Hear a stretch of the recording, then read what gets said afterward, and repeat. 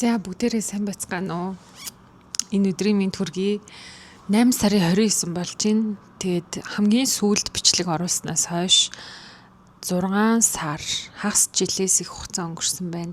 Жижигхэн лайв апдейт оруулъя гэж бодоод яагаад гэвэл гинтгэн би өнөөдөр юм авахчаад тэгээд камера олоод ингээд би чинь бичлэг энэ төр оруулдаг байсан хүн шүү дээ. YouTube дээр юм оруулаад байдаг байсан штэ гэж бодоод тэгэл бодож байгаа л ер нь юу бичихүү яах вэ хүү гэл нэг л нэг юм гоё санаа манаа дээрэс нь гоё сонь сайхан юм ерөөсөө санаанд орохгүй байгаа болохоор лайв апдейт ч гэх юм хайшин тэг нэг тиймэрхүү бичлэг оруулъя гэж бодоод тэггүй бол ингээд одоо бодож байгаа байхгүй за зүгээр л гинтхэн би хүүхдтэй болоод манай хүмүү гэд яриад эхлэхээр чинь сони юм болов уу гэж бодоод яг нэг юм цаг хугацааны дараалалгүй болчих гээд байгаа байхгүй юу. Галерега гаргацсан Бээжин тэг ингээд нөө бичлэг зураг энэ төр авч исэн тэрийг харахаар хүн чинь яг цаг хугацааны зөв дарааллаар юм ярьж чадах юм шиг санагдаад 2 сарын 17-нд манай аавч хоёр Монголоос ирж исэн байгаа хгүй юу. Тэгээд тэр үед чинь би жирэмсэн байсан баг 4 сард төрсөн гэдэг чинь нэлээд 7-8 сартай ч маш одоо бүр ингээд мартцсан. Ямар ч таажсэн нэлээд том гиттэй жирэмсэн байсан. Тэгээд би тэгэд Ванкувертэйсэн. Ванкуверт байгаа одоо тухайн үеийн цаг агаар айгу гоё те. Тэгээд дээрэс нь би жирэмсэн байсан. Тэр үеийнхаа зургийг авахуулъя гэж бодоод Саша гээд одоо Ванкуверт идэг манай найз байдаг байхгүй юу. Тэгээд тэр маань айгу гоё зураг дардаг, бичлэг энэ төр хийдэг. Тэгээд ямар ч гэсэн ингээд жирэмсний зургийг маань аваад өгөөч гээд тэгээд гоё далайн ирэг дээр тэр чинь хаана авахуллаа. English би бишээ. За юу ч лээд энэ газар амарч авахулсан. Тэгээд манай аав, ээж, манай нөхөр, булаг тэгээд бид хэд бүнд очиод зураг авахулсан. Тэгээд айгу гоё зурагнууд гарсан. Тэгээд энд оруулъя. Ийм олон зурагнууд ямарч авахулсан. Тэгээд хэдийгээр тэр үед нөгөө хүмүүс чинь нилийн төрөх төхүүлээд зураг авахулдаг шүү дээ.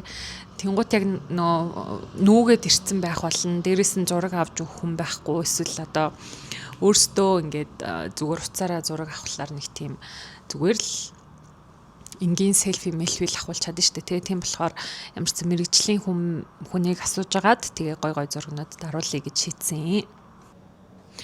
За тэгэд бид нар Ариунбаат гэртээ үлдээд тэгээд ээж, аав бид гурав ямарч исэн 2 сарын сүүлээр Калгари руу нэг орой явсан. Тэгээд Калгарид чи манай их чин гэр бүл идэг юм чинь. Тэгээ сайхан айлд ирлээ. Тэгээ бид хэд гоё хамтдаа ингээд бараг сар амьдарсан. Тэгээ 3 сарын 1-нд чинь цагаан сар болсон шүү дээ. Тэгээ бид хэд ер нь цагаан сараа ингээд 3 жилийн дараа аав ээжтэйгээ золгоод тэгээд гоё цагаан сараа тэмдэглэж байгаа байхгүй юу. Хүргэн ахын маань аав ээжийн найзууд гээд хүмүүс байдаг юм бэлээ. Тэгээд бид нар гоё айлд очиж золгоод цагаан сарын хоол хидээд тэг ямарчсан хөрхөн айл хэсэлтэл болцсон. За тэгээ тэрний дараа юу болсон гэхээр чи одоо миний жирэмсний сүүлийн сар чинь ингээд айлд өнгөрчихөж байгаа байхгүй юу. 3 сарын сүүлийн 7 хоногт 5 дахь өдөр ажиллаад дууссан гутлаа наашаа гарчиж байгаа байхгүй юу. Тэр хооронд би болохоор энэ хаваар Калгари хаваар за хамгийн ихдээ нэг 5 байр л үтсэн баг.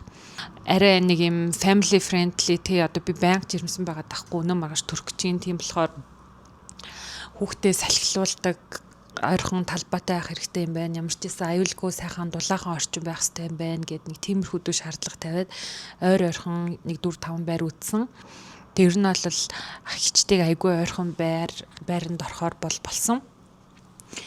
Тэг гол шалтгаан нь болохоор манай ах эгчийнх гэр бүлэрээ энэ хавьд ингээм амьдраад жил болцсон. За энэ хавийн орчин бол айгүй гоё. Ягаад гэвэл ингээд хотын төв рүүгээ явъя гэх юм бол айгүй ойрхон тийшээ үзэр үйлчлэгээ тий одоо дэлгүр хошоо орё гэх юм бол бүх газар нь айгүй ойрхон байдгаа. Тэгээд автобус унаа ийм трейний хажууд гэдэг ч юм уу тий хүүхдээ салхилуулах хэвээр.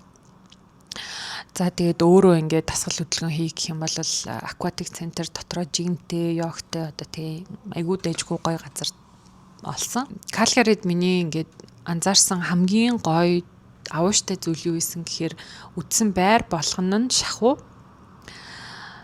амар том цонхтой заяа. Бүр ингээд хан дүүрэн цонхтой. Тэгээд тэр цонхоор нь цонх дүүр нар орж ирнэ.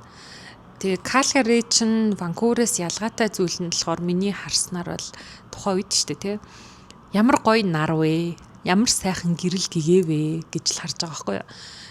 Одоо яг л манай Монгол ямар байдгүй те хэдийгээр ингээл өвөл амир хүүтэн 100 юм гоё жилийн 4 уйлралтай эрс тэр суур амьсгалтай гэлээч гэсэндээ жилийн 365 хоногийн баг 360 ч юм уу те амир гоё гэрэлтэй нартай байдаг шүү дээ те.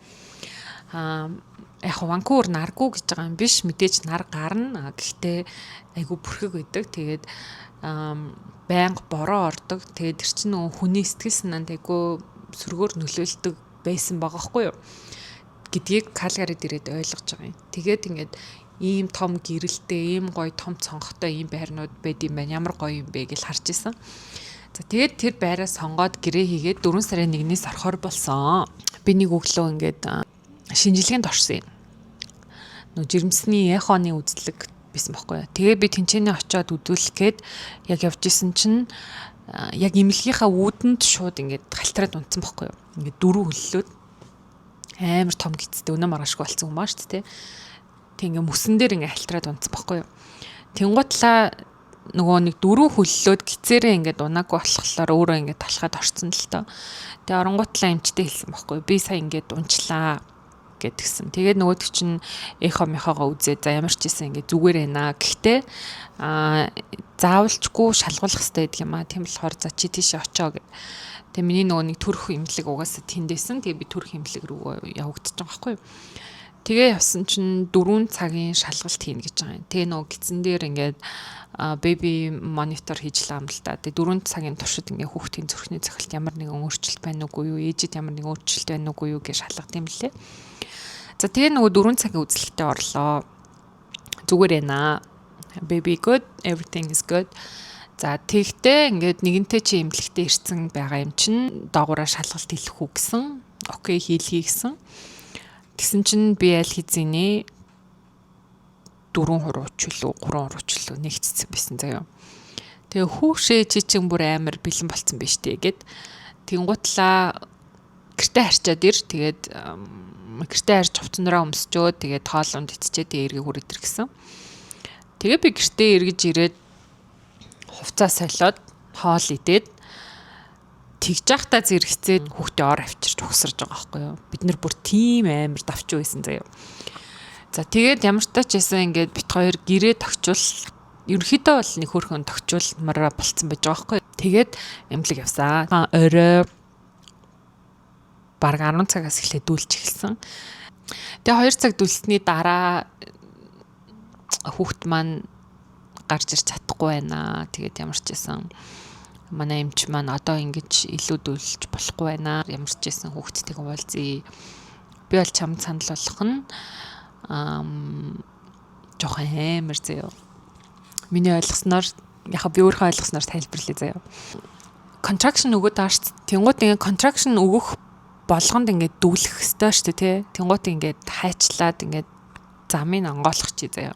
Чи дүүлнэ. Хүүхдийн толгойг хавчаад тэгээд чи дүүлэхтэй зэрэгцээд би хавчаартайгаа хүүхдээ чинь толгооноос нь татаад тэгээ ингээ төрүүлье гэж байгаа байхгүй юу. Нэг бол тийм. Хоёр болвол яралтай хагалгаанд орё гэж байгаа байхгүй юу. За окей дүүл шууд C-section орё гэж шийдээд 25 оны 4 сарын 4-нд миний хүү мэндэлсэн. Яг имлэг тахтаа нэг юм төрөлттэй холбоотой бичлэг яг хийжсэн байхгүй юу. Төрчөөд тэр мөрөнтэйг нийлүүлж агаад нэг юм арай нэг одоо my birth story kind of бичлэг оруулъя гэж бол бодож байна. Тэгээ миний хүү бол эрүүл саруул сайхан хөөрхөн хүү төрсөн. Тэгээд ямар ч нэг 2-3 хоног имлэгт байж агаад тэгээ гэртээ ирсэн. Манай хүү сэрсэн юм шиг шалгачаад ирээ. За тэгээ манай хүү маань төрсөн. Тэгээд 2-3 хоног болчоод имлэгээс гараад гэртээ ирсэн. Гэртээ ирээд нэг хончоод буцаад имлэг рүү яваад нэг хонсон. Яад гэвэл нөгөө төрөлтийн шарлалт гэж үүд юм билээ штэ. Бид 3 нэг хончоод нөгөө шарлага аппаратанд ороод миний хүү зүгээр болоод тэгээд буцаад гэртээ ирсэн. Ямар ч байсан бол 2 сар шахуу манай хүү 2 сар хүрэх шахуу хүртэл нь манай ээж ямар ч байсан бид эцтэй хамт байсан. Oh my god. дөнгөж төрсөн хүн дээ штэ. Яг хажууд нь хүн байх бол заавал хэрэгтэй юм лээ. Би 1 сар бүтэн манай нөхөр хамт байсан. Манай нөхөр дээр нэмэх нь манай ээж баг 2 сар хүртэл хамт байсан. Тэг ингээд манай хүн ингээ 1 сар хүрээд шахуу тэгээ манай нөхөр ингээ ажилдаа орж байгаа байхгүй. Гэхдээ манай ээж стил хамт байгаа штэ. Гэхдээ стил надад гар хэрэгтэй сэтгэл одоо юуко ямар ч хүн бол ингээ хэрэгтэй юм бэлээ. Дөнгөж сая ээж болцсон те юу ч мэдхгүй нэг юм хүн байж байгаа штэ. Тэгээ ингээ хүнтэй хамт манай хүүхэд ингээ байж байгаа штэ. Тэгээд яг ингээ хэрвээ хажууд хүн байхгүй бол нэр амар бүр ингээ emotional drownage болохоор юм бэлээ. Тэгээд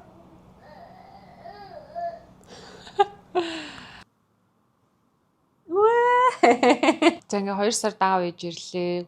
3 сард Калгари руу нүүлээ. 4 сард миний хүү төрлөө.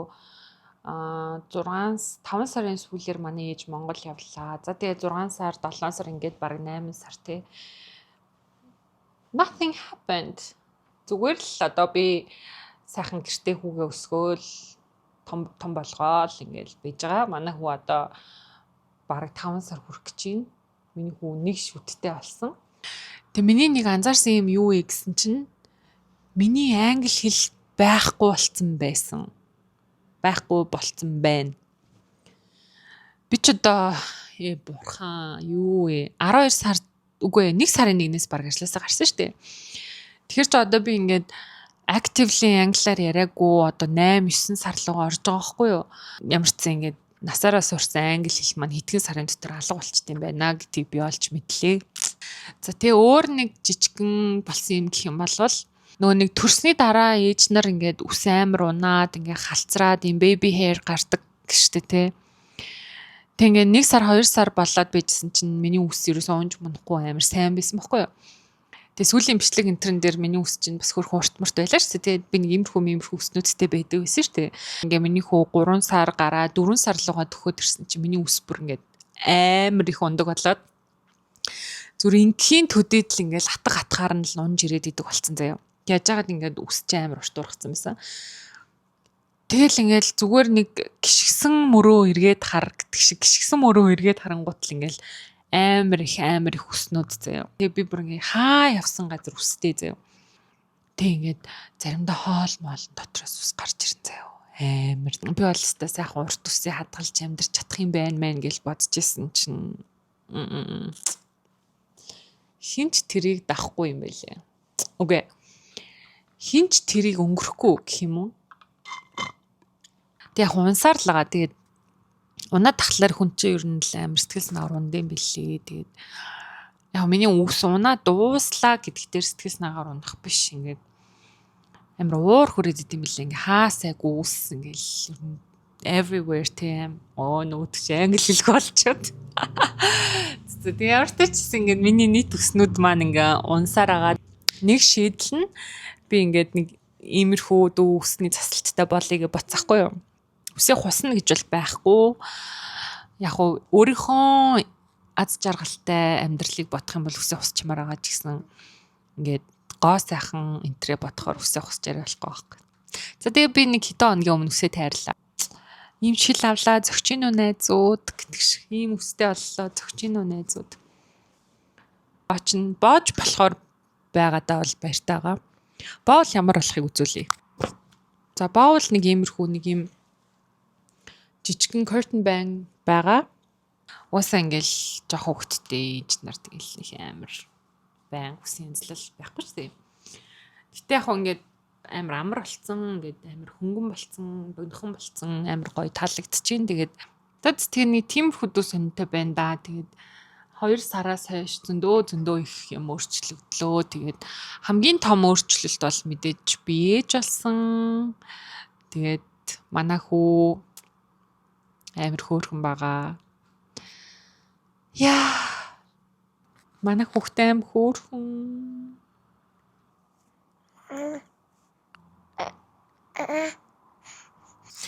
Гараа амдаа хийгээд ингээ гараа идээд байгаа хгүй яа гэвэл ингээ шүдэн гарцсан. Тэгээд шүдэн гарахлаар амар шүдэн захтнаад ингээ буйл мөлн захтнаад амар тухгүй юм шиг үлээ. Миний үс иймэрхүү байна. Миний мейкап нэг иймэрхүү байна. Би хумсаа будсан саяхан. Тэт нэг иймэрхүү санtaах шүү дээ. Дараагийн бичлэгээр уулзцгаая. Дараагийн бичлэгээр уулзцгаая. За миний хүү бит хоёр мөмдлөө.